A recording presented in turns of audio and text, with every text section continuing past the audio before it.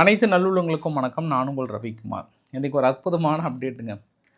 கடந்த ஒரு 2 நாட்களாக கொஞ்சம் உலக பத்திரிகைகள், நிறைய மீடியாக்கள்லாம் சேர்ந்து செஞ்ச வேலை இன்றைக்கி செய்ய ஆரம்பிச்சிருச்சு. அதாவது பிறவி பலன் கிடைச்சி விட்டது. என்ன பண்ணாங்க? யுஏஇ டார்கெட் வச்சாங்க. பர்டிகுலராகவே டார்கெட் வச்சாங்க.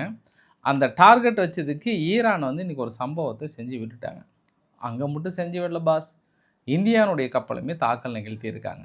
இங்கே ஹராக்சி அவர்கள் இந்தியாவுக்கு பிரிக்ஸ் கூட்டமைப்பில் கலந்துக்கிறாரு. இதே சமயத்தில் அங்கே சைமல்டேனியஸாக இந்தியாவுடைய கப்பல் தாக்கல் நடத்தப்படுகிறது. அதனால் பிரிக்ஸ் கூட்டமைப்பில் எடுக்கப்படுகிற முக்கிய முடிவுகள் ஏதாவது மாற்றம் வருமா? குறிப்பாக சீனா அமெரிக்காவுடைய உறவுகள் வலுப்பெறுமா? அது இல்லாமல் ஸ்ட்ரெய்ட் ஆஃப் ஹார்முஸ் பகுதியை மறுபடியும் நாங்கள் பழையபடிக்கு சுச்சுவேஷனுக்கு கொண்டு வரணும், எல்லாம் தயாராகுங்கன்ற மாதிரி இஸ்ரேல் தரப்பில் ஒரு உத்தரவு கொடுக்குறாங்களே. இந்த மாதிரி பல அதிரி புதிரி சம்பவங்களும் பல கிடுக்குப்பிடி கேள்விகளுக்கான விடைகளாக தான் இருக்க போகிறது. வாங்க கிடுக்குப்பிடி நண்பர்களே வீடியோக்குள்ளே போகலாம். ஸோ வீடியோக்குள்ளே போகிறதுக்கு முன்பு நீங்கள் நம்ம சேனலை சப்ஸ்கிரைப் பண்ணலாம். சப்ஸ்கிரைப் பண்ணிட்டு வாங்க. மறக்காம பெல் பட்டனை கிளிக் பண்ணி ஆல் ஆப்ஷன்ஸ் கொடுங்க. வீடியோக்குள்ளே போகலாம்.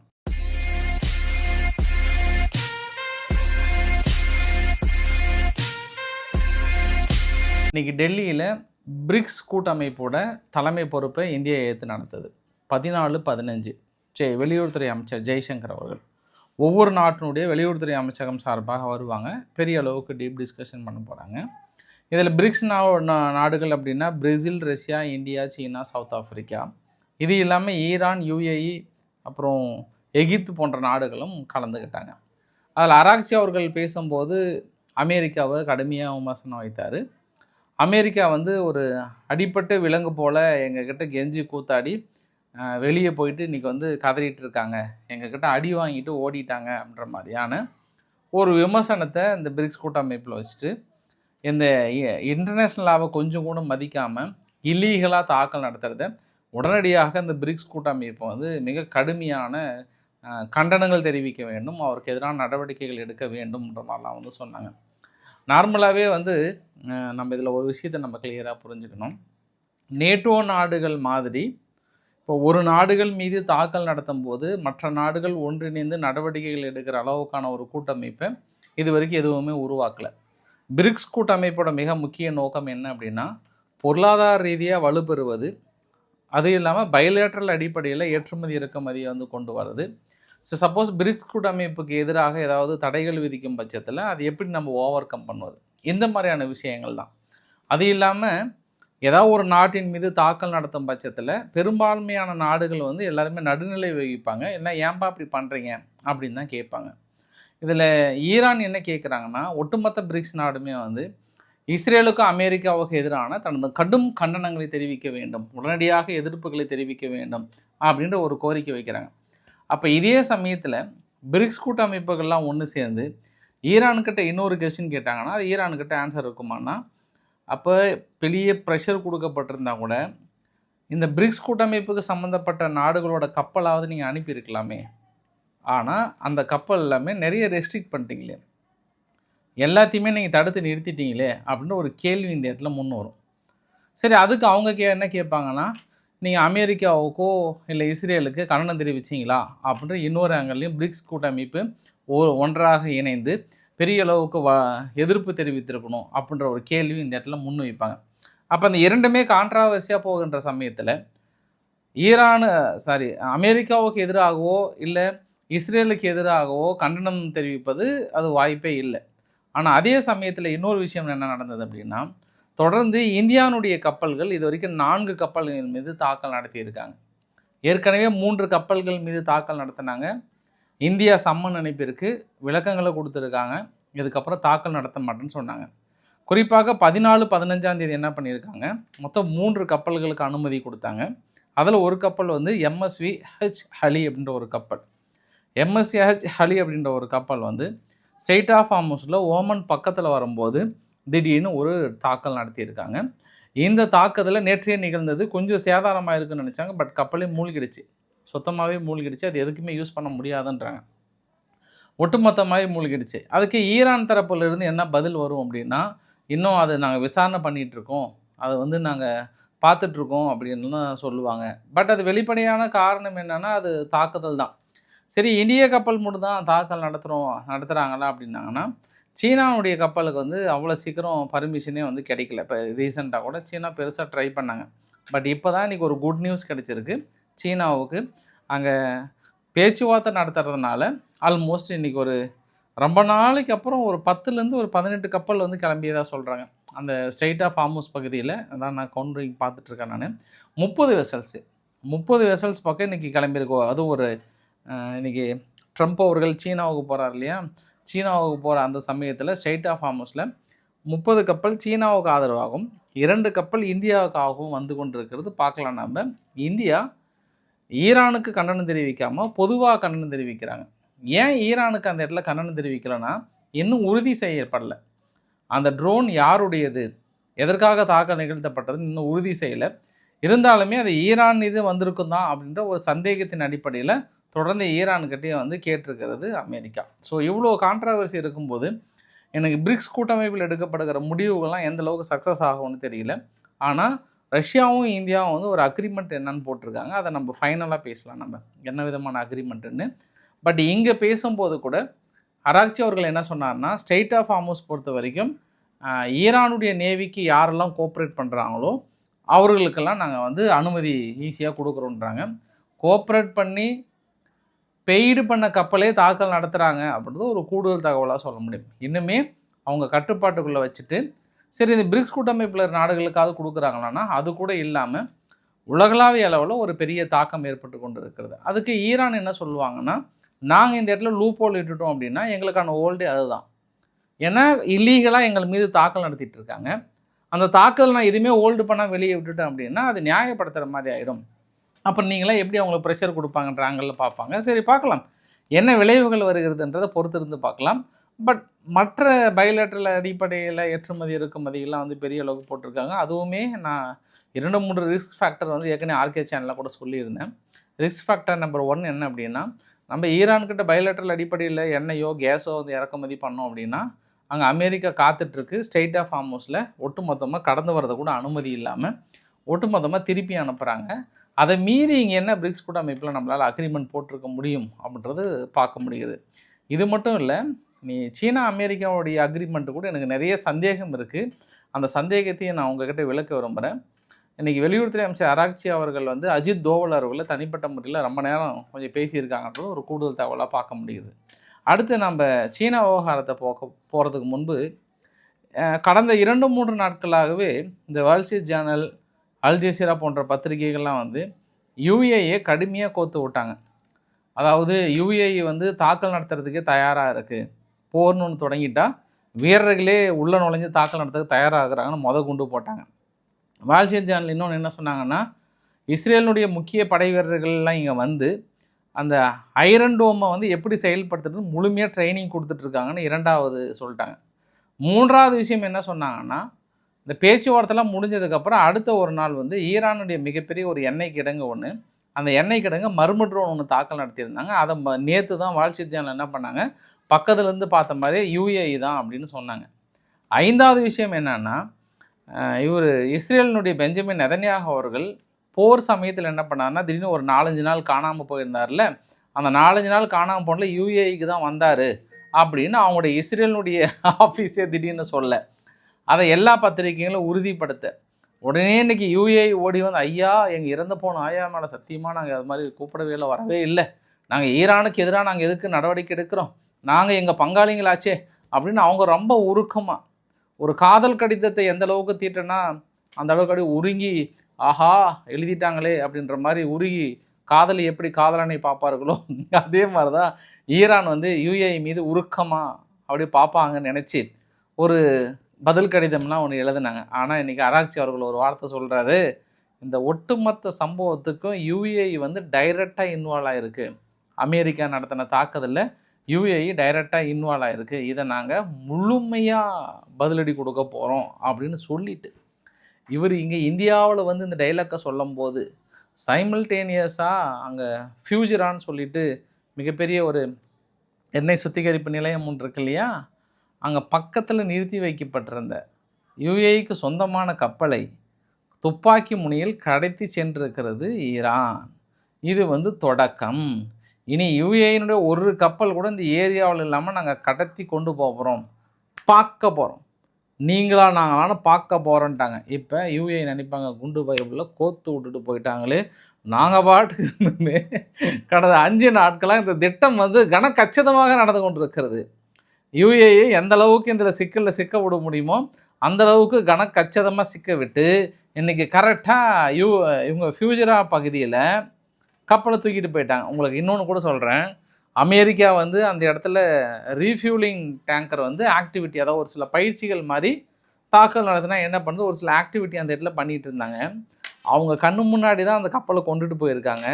அமெரிக்கா நினச்சிருந்தா அந்த சுற்றி இருக்கக்கூடிய சின்ன போட்டெல்லாம் தாக்கல் நடத்தியிருக்கலாம். இதற்கு முன்பு கூட நடத்தினாங்க. ஆனால் இன்றைக்கி அமெரிக்கா என்ன பண்ணிட்டாங்க, ஒரு சின்ன தாக்கல் கூட அந்த ஏரியாவில் நடத்தலை. சீரியஸாங்க, அங்கே பாருங்கள், அந்த ஏரியா தான் சுற்றி சுற்றி பறந்துட்டு இருந்தது.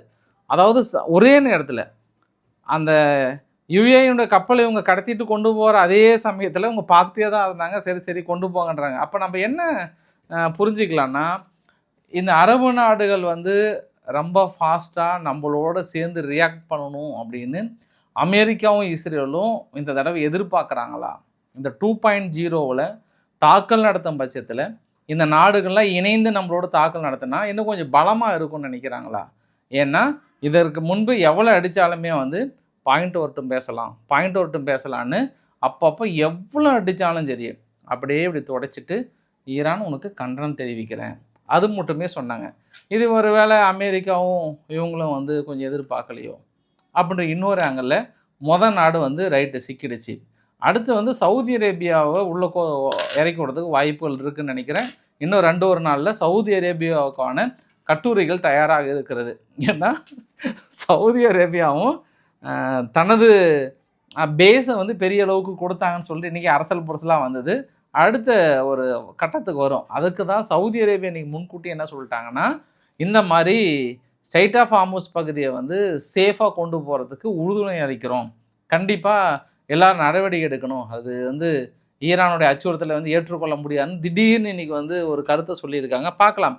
ஆனால் இஸ்ரேலினுடைய பிரதமர் பெஞ்சமின் நெதன்யாகு அவர்கள் என்ன சொல்கிறாருன்னா, இன்றைக்கி கூட எங்களோட மிலிட்ரி ஆப்ரேஷன் வந்து முழுமையாக இன்னும் ஓவர் ஆகலை, இந்த மிஷன் வந்து இன்னும் நாட் ஓவர், அது வந்து போயிட்டு தான் இருக்குது, அதற்கான வேலைகள் துவங்கி கொண்டிருக்கிறோம் அப்படின்றாங்க. மேபி இங்கே சீனா அமெரிக்காவோட பேச்சுவார்த்தை, அதுக்கப்புறம் சீனா ஏதாவது அமெரிக்காவுக்கு ப்ரெஷர் கொடுத்து ஏதாவது நிறுத்த போகிறாங்களா, சரி ஈரானுக்கு ப்ரெஷர் கொடுத்து நிறுத்த போகிறாங்களா, இல்லை தொடங்க போகிறாங்களா அப்படின்றத பார்க்க வேண்டிய ஒரு தருணமாக இருக்கிறது. ஏன்னா இந்த ஒரு நிகழ்வுக்கும் இன்றைக்கி அமெரிக்கா சீனா விஷயத்துக்கும் பெரிய லிங்க் இருக்குது, ஒரு இன்டர்லிங்கே இருக்குது. அதையும் நம்ம பார்க்க போகிறதுக்கு முன்பு அங்கே இஸ்ரேலுடைய டிஃபென்ஸ் கேட்ஸ் அவர்கள் என்ன சொல்லிட்டாருன்னா, அங்கே பெரும்பாலும் நாங்கள் எங்கள் வீரர்கள் எல்லாமே தயார் நிலையில் இருக்காங்கன்ற மாதிரி சொல்லியிருக்காங்க. பார்க்கலாம். நம்ம ஏற்கனவே இந்த ஃப்ளோட்டிலியான்னு சொல்லிட்டு இந்த பெரிய பெரிய போட்டிலலாம் வந்து காசாவுக்கு உதவி செய்கிறதுக்காக ஒரு டீம் வருது.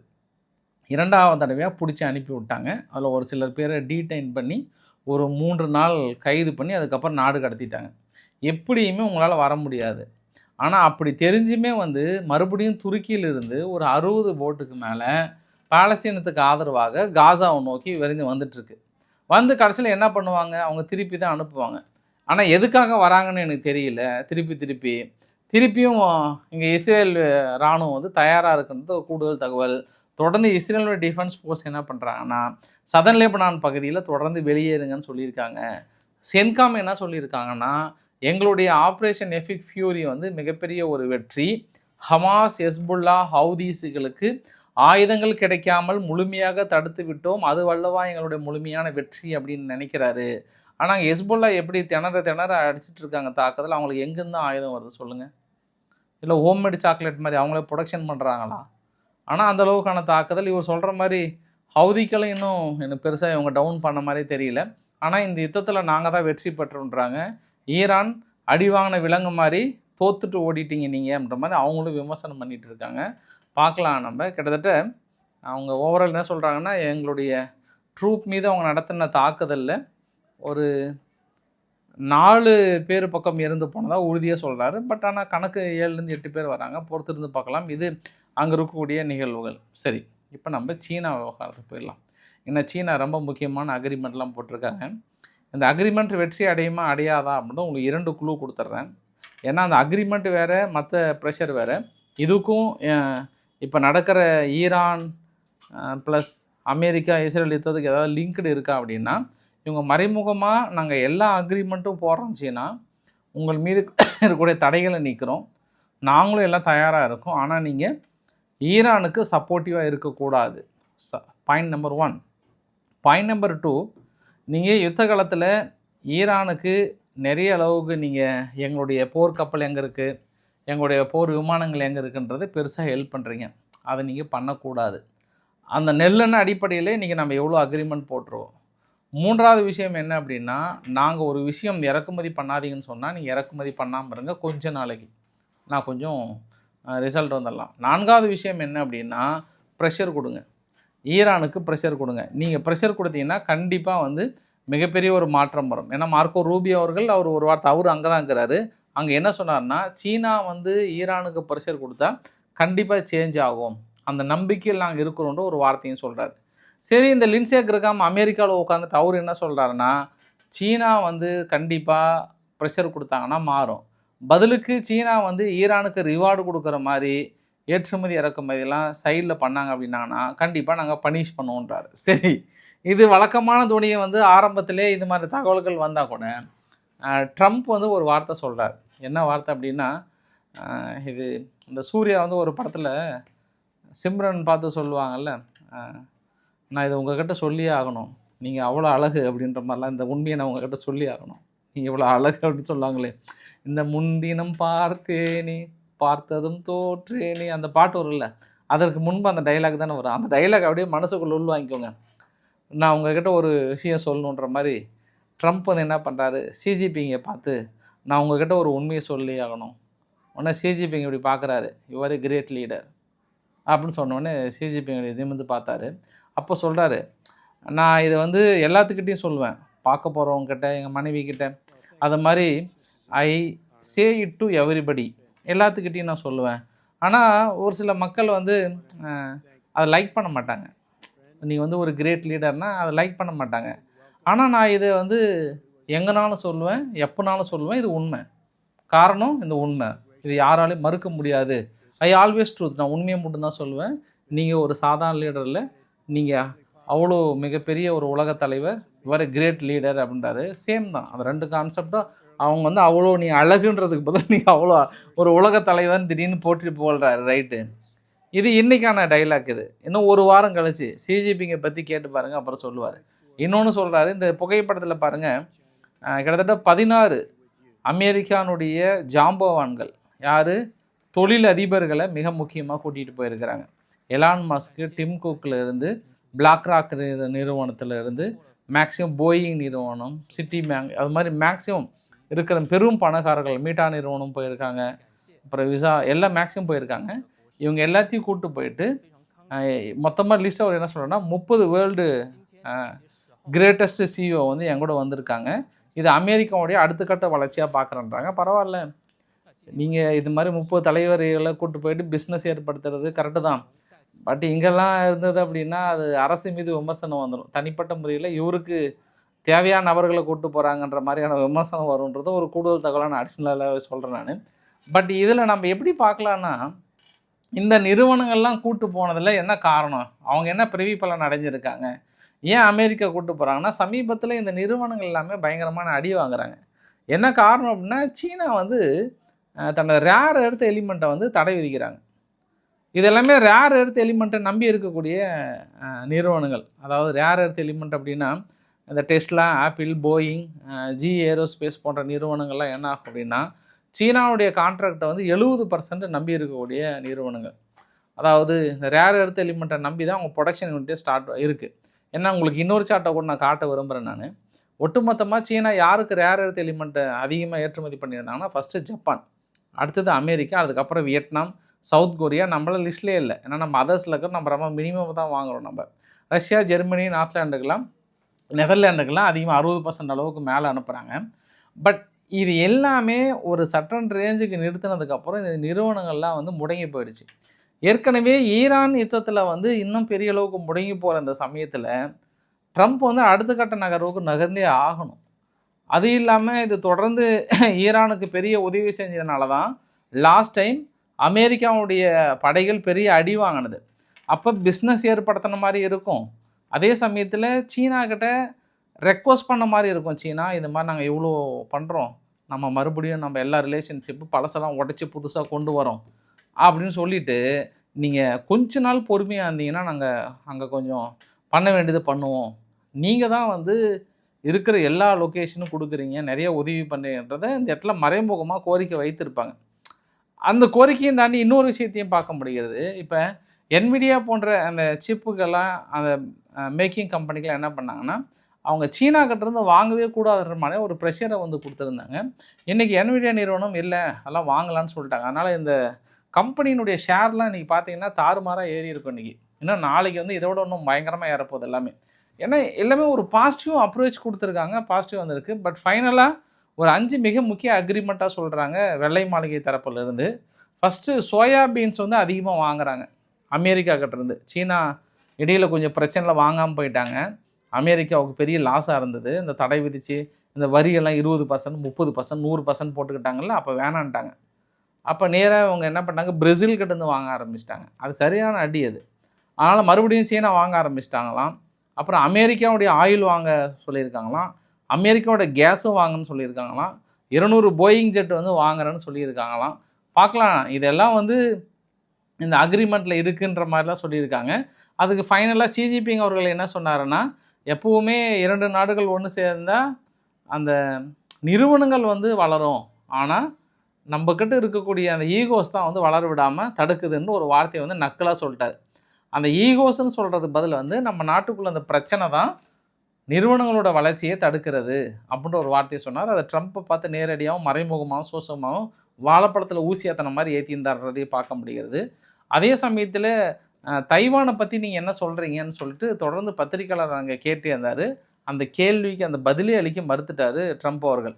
சீனா இஸ் ஏ வெரி பியூட்டிஃபுல் கண்ட்ரின்ற ஒரு வார்த்தையை மட்டும் சொல்லி தைவானுடைய விவகாரத்தை பற்றி அவர் எடுக்காமல் இருந்தார்ன்ற ஒரு கூடுதல் தகவல். தொடர்ந்து 2 நாட்டுகளுக்கான ரிலேஷன்ஷிப்பை வந்து நாங்கள் பெரிய அளவுக்கு வளர்த்த போகிறோன்ற மாதிரிலாம் வந்து சொல்லியிருக்காங்க. ஃபைனலாக யுத்தத்துக்கு எந்த அளவுக்கு யூஸ் ஆகும்னா, அமெரிக்கா வெள்ளை மாளிகை தரப்பிலிருந்து ஸ்ட்ரெய்ட் ஆஃப் ஹார்முஸ் பகுதியில் ஈரான் டோல் வாங்குறதுல சீனா விரும்பலை அப்படின்ற விஷயத்தை கலெக்ட் பண்ணிவிட்டு அதை நிறுத்துறதுக்கு அமெரிக்கா எடுக்கிற முயற்சிக்கு நாங்கள் ஒத்துழைப்பு தரோன்னு சொன்னதாகவும், சீனா வந்து அமெரிக்காவுடைய ஆயிலை வாங்கிட்டு இப்போதைக்கு ஈரானுடைய ஆயில் வாங்க வேணான்ற மாதிரியும், அப்புறம் போத் சைடு அதாவது நியூக்ளியருக்கான ரெட்லைனை வந்து ஈரான்கிட்ட எடுத்துரைத்து அதை வெளியேற்றுறதுக்கான முயற்சிகளும் நாங்கள் பண்ணுறோன்னு சொல்லிட்டு உறுதி அளித்திருக்காங்களாம். பட் இது எத்தனை வாரத்துக்குன்னு தெரியல. ஈரான் யார் சொன்னாலும் இப்போது கேட்குற நிலைமைக்கு இல்லை. பொறுத்திருந்து பார்க்கலாம். இது அங்கே இருக்கக்கூடிய நிகழ்வுகள். வீடியோடைய நிறைவு பகுதியில் கியூபா வந்து என்ன பண்ணாங்கன்னா, ஒரு 100 மில்லியனுக்கான எய்டு வந்து அமெரிக்கா கொடுக்குறோன்னு சொன்னாங்க. அதை ஃபஸ்ட்டு ஹோல்டு பண்ணாங்க. இப்போ நாங்கள் ரிவ்யூ எடுத்துக்கிறோம், நாங்கள் வாங்கிக்கிறோம் அப்படின்னு சொல்லியிருக்காங்க. அப்போ ஒட்டுமொத்தமாக எல்லா நாடோட உதவியை நிறுத்திட்டு அமெரிக்கா மட்டும்தான் உதவ வேண்டும், அமெரிக்கா மட்டும்தான் கியூபாவுடைய வளங்களை அள்ள வேண்டும் என நினைத்திருக்கிற இந்த காரியத்தில் திடீர்னு இன்றைக்கி கியூபா வந்து ஒத்துக்கிட்டாங்கன்றது ஒரு கூடுதல் தகவலாக பார்க்க முடிகிறது. ஈராக் இன்டர்நேஷ்னல் மானிட்டரிங் ஃபண்டுக்கிட்ட லோன் கேட்டிருக்காங்க. இந்த ரஷ்யா விவகாரத்தில் ஸ்ட்ரெய்ட் ஆஃப் ஹார்முஸில் பெரிய அளவுக்கு தடைப்பட்டதுனால பொருளாதார ரீதியாக பாதிப்பு ஏற்பட்டிருக்கு, எங்களுக்கு உடனடியாக லோன் கொடுங்க அப்படின்னு ரெக்வஸ்ட் வச்சுருக்காங்க. தொடர்ந்து யூகேவில் லோக்கல் பாடி எலெக்ஷனில் கிறிஸ் ஸ்டார்மர் அவர்கள் கடுமையாக தோற்றதுனால அவருக்கான பதவி விலகலுக்கான நெருக்கடிகள் வந்து அதிகமாக இருக்குது. இங்கே எப்படி ஓபிஎஸ் அவர்களுக்கு நெருக்கடி வருதோ, ஓபிஎஸ்ன்ற மாதிரி இபிஎஸ் அவர்களுக்கு ஏடிஎம்கேல நெருக்கடி வருதோ, அதே மாதிரி நெருக்கடியை வந்து அங்கே உணர்றாரு கிறிஸ் ஸ்டார்மர் அவர்கள். லோக்கல் பாடி எலெக்ஷனில் தொடர்ந்து தோத்துட்டோம், அடுத்தடுத்து தோல்விகளை சந்திக்கிறோம், இனியும் தலைவராக நின்றீங்க அப்படின்னா நம்ம அடுத்து வருகின்ற தேர்தலில் தோற்றுறோன்னு சொல்கிறாங்க. அவர் விலக மறுக்கிறாரு. அதனால் முதல் முறையாக பிரிட்டிஷனுடைய ஹெல்த் மினிஸ்டர் அவருக்கு எதிராக ராஜினாமா பண்ணுறாரு. இனி ஒவ்வொரு அமைச்சர்களாக ராஜினாமா பண்ணாங்கன்னா அவருக்கு பதவிக்கான நெருக்கடிகள் வந்து விடுகிறது. நீங்கள் தான் ரஷ்யாவை வந்து நாங்கள் பொழக்க போகிறோம், அடிக்க போகிறோன்னு சொல்கிறீங்களான்றது ஒரு கூடுதல் தகவல். இன்றைக்கி நம்ம இந்தியா ஆப்கானிஸ்தானுக்கிட்ட ஒரு 46 மில்லியன் டீல் டிசிஆர்சின்னு சொல்லிட்டு இந்தியாவுடைய கம்பெனி அங்கே பெரிய அளவுக்கு, அதாவது லெபனானுடைய லேபை வந்து அட்வான்ஸ்டு லேபை வந்து கிரியேட் பண்ணுறாங்க. முழுக்க இந்தியாவுக்கான ப்ராஜெக்டை வந்து சைன் பண்ணியிருக்கிறாங்கன்றது ஒரு கூடுதல் தகவலாக பார்க்க முடியுது. நிறைவு பகுதியில் இன்றைக்கி லாவ்ரோ அவர்கள் இந்தியாவில் என்ன சொன்னாங்கன்னா, நம்ம பைலேட்ரல் அடிப்படையில் கிட்டத்தட்ட 100 பில்லியன் 2030 டார்கெட் வைத்தோம். இது வரைக்கும் 60 பில்லியன் அளவுக்கு அச்சீவ் பண்ணிட்டோம். இன்னும் நம்ம 40 பில்லியன் தான் பெண்டிங் இருக்குது. 2030க்கு முன்பே நம்ம அச்சீவ் பண்ணிவிடுவோம். ஸோ இந்தியாவும் ரஷ்யாவும் வந்து ஒரு நீண்ட நெடிய நட்பில் வந்து வளர்ந்து கொண்டு இருக்கிறதுன்ற மாதிரிலாம் வந்து சொல்லியிருக்காங்க. பெட்ரோலுக்கு வந்து ரெஸ்ட்ரிக்ட் பண்ண ஆரம்பிச்சிட்டாங்க. கேரளாவில் இதுக்கப்புறம் 5000 ரூபாய்க்கு மேலேயும் இல்லை 200 லிட்டருக்கு மேலேயோ டீசல் போடக்கூடாது அப்படின்றதுல ரெஸ்ட்ரிக்ட் பண்ண ஆரம்பிச்சிருக்காங்க கொஞ்சம் கொஞ்சமாக. ஸோ இன்றைக்கு ஓரளவுக்கான தகவலை கவர் பண்ண நினைக்கிறேன். பிடிச்சிருந்தா லைக் பண்ணுங்கள், ஃப்ரெண்ட்ஸுக்கு ஷேர் பண்ணுங்கள், சப்ஸ்கிரைப் பண்ணுங்கள். ரவிக்குமார் சோமு சேனல். நன்றி, வணக்கம்.